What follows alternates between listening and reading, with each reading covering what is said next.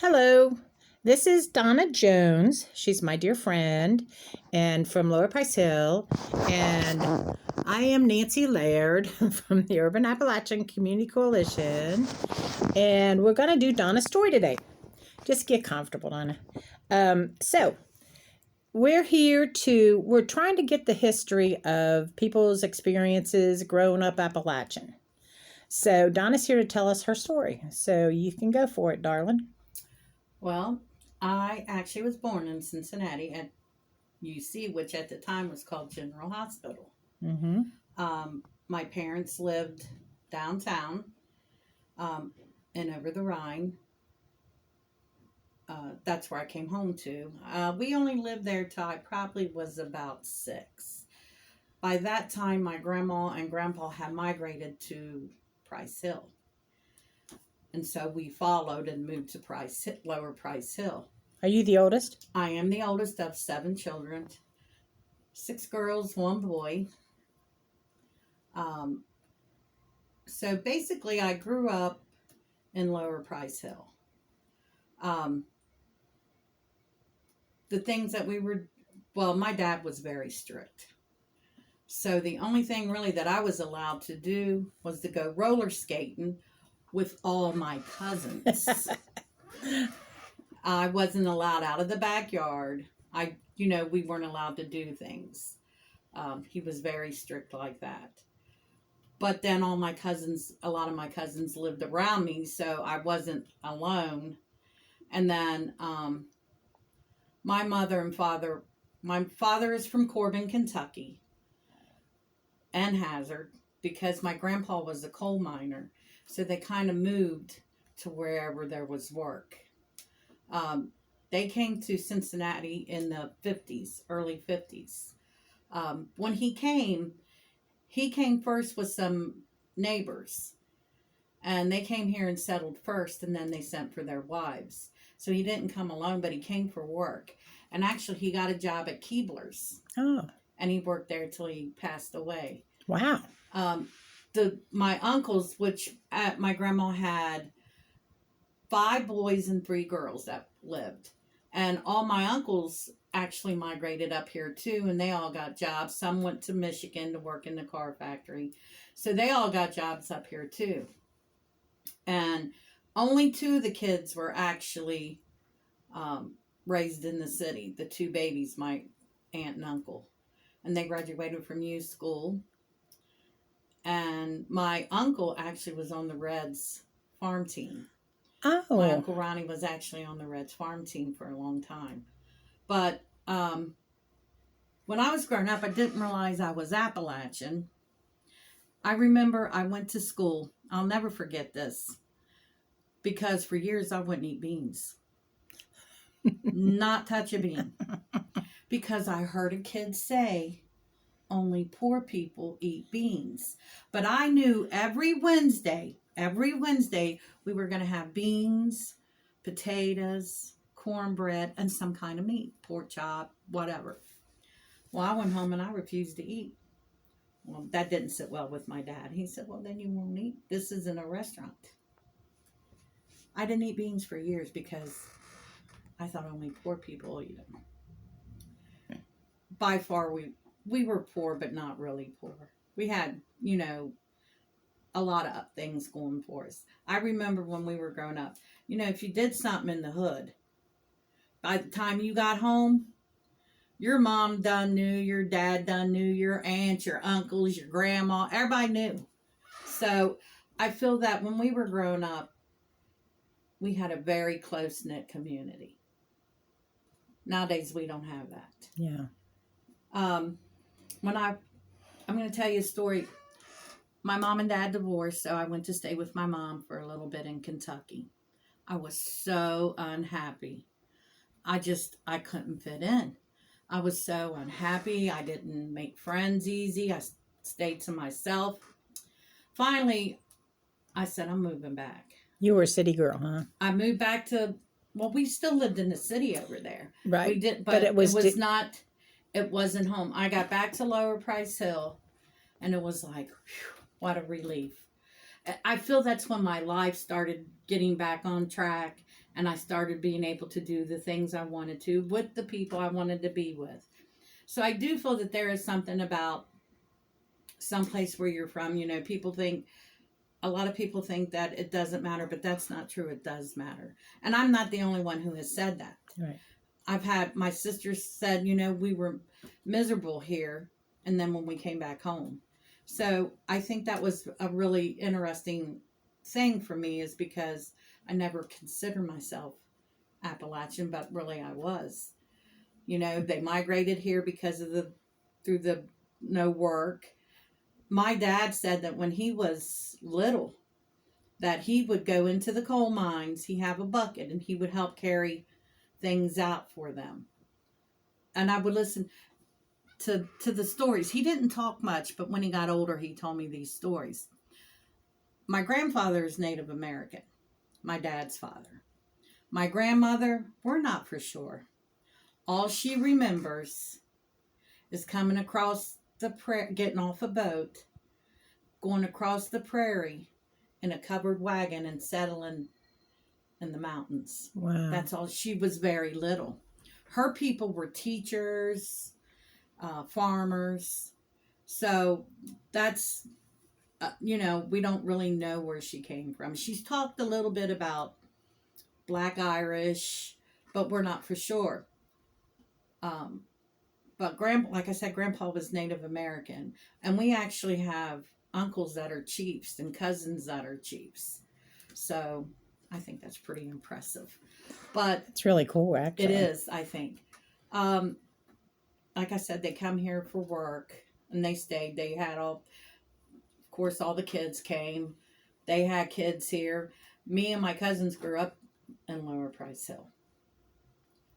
I think there's me and 2 other cousins that are still in Lower Price Hill. The rest have spread out. Grandma moved up on Warsaw. That's where she passed. She didn't go far. But Grandma never came out of the house. Uh-huh. After my grandpa died, she believed everything on TV. Everything she watched, she believed. We're like, Grandma, that's not true. But she still had those values, the old-fashioned values. She was funny about stuff like that. The first thing she would say, have you ate? Have them kids ate? Grandma just fed them. They can't be hungry. So, and it was funny because she was strict in a way, too. I look at it now, like she expected things, and we didn't realize we had to do it. And we did it and didn't even realize it wasn't even bothering us. I feel that I've been blessed because I've kind of lived in some place that I didn't like, and then I've been able to live where I wanted to live, and I'm still living here. People ask me all the time, why don't you move? Well, where am I going to? They're like, Donna, just get out of what? I live in a building with 2 women that I've been friends with for over 30 years. Why do I want to move? Well, I do want a bigger place now, but I'm not leaving the community. But you don't want to leave Lower Price Hill. No, I don't want to leave Lower Price Hill. I'm involved in my church. I'm involved in the community. And these people are just like my home, my family. I'm probably closer to these 2 women than I am my sisters, and I love my sisters to death. My sisters are close to these 2 women. Consider them their friends. I think being Appalachian, and I'm not going to say other cultures don't have it, but almost everybody's your family. Everybody is your family. And you make it that way. And that's how you keep it. I know I worked for the Urban Appalachian Council for a long time, and I did the youth programming. And the kids that I work with are grown and have kids of their own. They see me, it's, hey, Miss Donna, or hey, Big D, how you doing? Mm-hmm. I'm still friends with those kids. And they're telling their kids, you don't know what you're missing now. You don't know how the neighborhood used to be. You really don't see how the neighborhood used to be. I think that people need to quit being ashamed of being Appalachian, because there's nothing to be ashamed of. I feel that we have a rich culture. I feel that we've contributed to the world, and I'm proud. I do not hesitate saying that I'm Appalachian now. But when I was younger, it was not so cool. Even in my 20s, it wasn't so cool saying, you're Appalachian. Now, oh, I'm Appalachian. The pride. That's right. So I think it was hillbilly then too. Oh yeah, the hillbilly. The hillbilly word. I know. I did a class at Cincinnati State, and I had to go interview some of my neighbors. And I remember interviewing Carl Engel. Oh yeah. Who's now deceased. And I was talking to Carl, and he said, I rode up here with your grandpa on a train. I'm like, what? He said, yeah, we hopped that train and come on up here to Cincinnati. They were there when the flood happened, but he started talking. I said, well, Mr. Engel, can I ask you some questions? He said, Carl. I said, okay, Mr. Carl. I said, I asked him where he was from, and the pride that he had that he was from Corbin and that the first Kentucky Fried Chicken was there. He was just bragging about that. But it was like everybody knew everybody. They had some kind of shared story. Even if you're not a relative, you have a shared story. I think that's something too, is that a lot of people that are still in Lower Price Hill have shared stories with each other. And that's interesting too. Yeah. And I'm going to tell people, get stories. Because after your families are gone, you can't find anything out. My sister did the DNA testing because she's into that, the ancestry and all that. And she found out all this stuff about us, like we have but Jewish blood in us. I have no idea. She has no idea. We had Spanish blood in us. I mean, it was like, what's all this about? Even from Russia, we were like 9% or something. I mean, they weren't humongous numbers, but still. Numbers. They were numbers. Yeah. So that's which sister? Maddie. Maddie is the one that does all the. She's traced us back pretty far, so it's kind of interesting. But then I get bored with it, so I just like the stories. I'm not so interested in the numbers, and I want to know the stories. And unfortunately, I didn't really think about that before Grandma passed.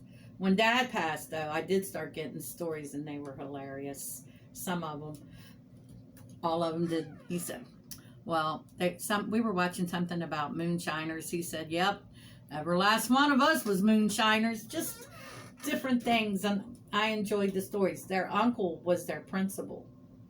Oh, wow. So him and his brothers and cousins would get in trouble in school, and they'd have to go to the principal, which was their uncle. So they definitely would be in trouble because he would punish them. And my dad said, well, he'd punish us and tell us he was going to tell Mommy.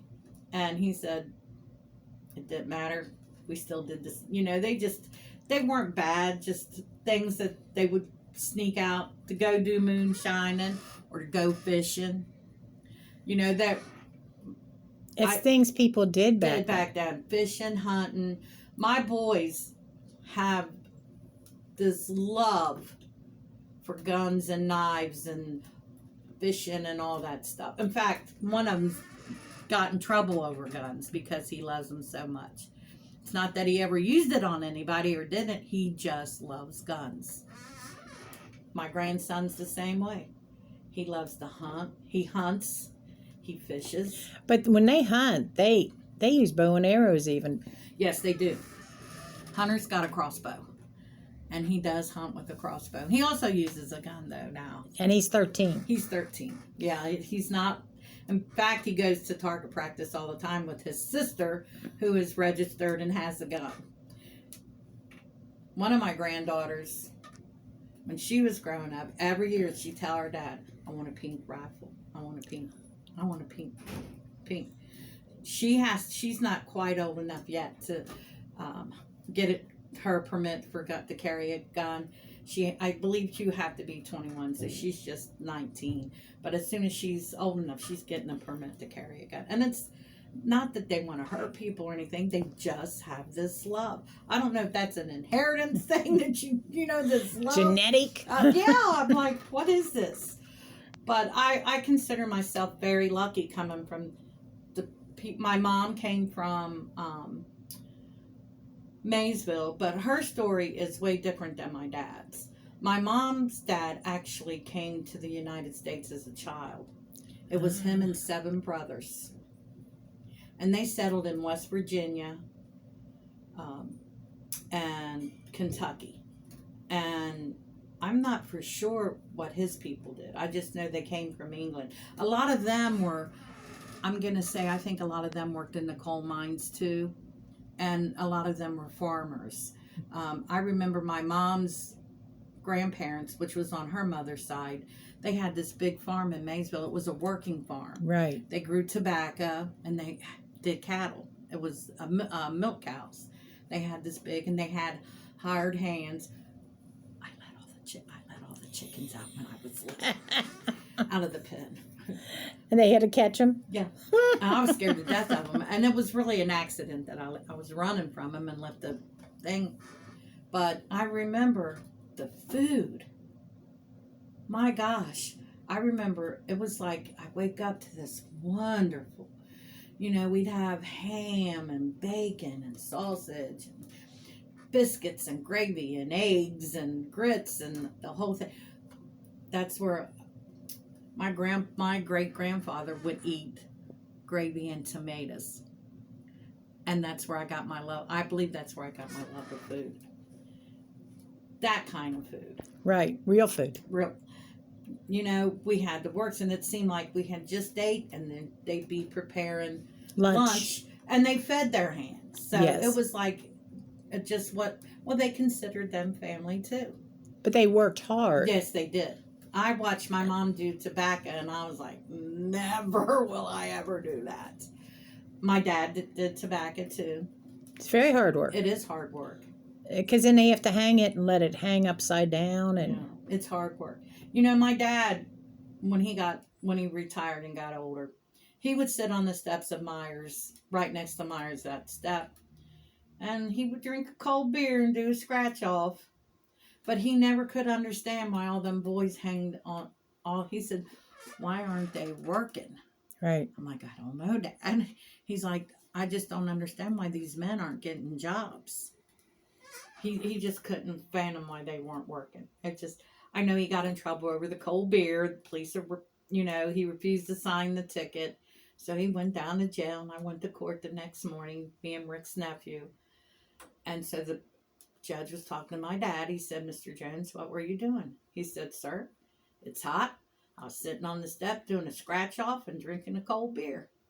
He looked at the officer. He said, was Mr. Jones being disrespectful? The officer said no.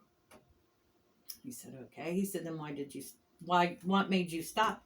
He said, I knew he was drinking. He said, I knew he was drinking a beer, and it's on the street. And judge looked at the officer. He said, well, how if it's on the street? If he's sitting down and it's behind him, that's not really the street, is it? And my dad said, Your Honor, can I say something?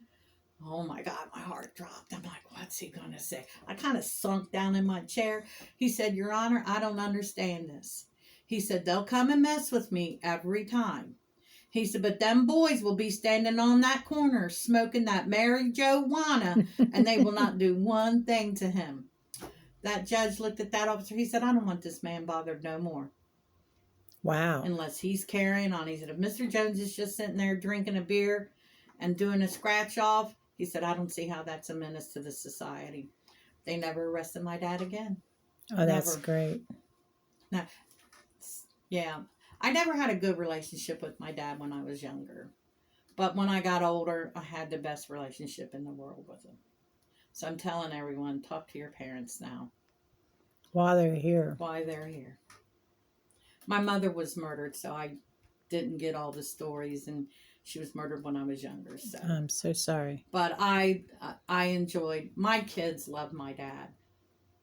My sister was angry at my dad for a long time. But when she seen how my kids interacted with my dad and how just heartbroken they were at the hospital. She said, he had to be okay. Look at your kids. She said, they're just beside themselves. She said, they had to love that. I said, they did. I know my uncle was there when my dad was dying, and he broke my heart too. He's like, Ken, you need to go on. Look what you're doing to these girls. And then he'd say, brother, don't go too fast. Save a place. I'm right behind. And he was. He died about 6 months later. Oh. So I think that family thing, they come when you need them. We just had a family. I hadn't talked to, my dad has 2 sisters left, and I really didn't have a relationship with them. And we just did a family reunion, and they both just was like, you just don't know. They were so glad that we came, because I wasn't going to go. My sisters guilted me into it. Lovely of them. But I did enjoy myself, and we talked, and we got some things out. And so I think that's important too. Be proud of who you are, and swallow that pride, though, when it comes to your family. So that's about my story, unless you want something else. I think it's been great. Thank you so much. You're welcome. And I've known you a long time. I know you have. And that's why I call you my sister by another mother. I love you too. Thank you so much, Donna. You're welcome. Okay.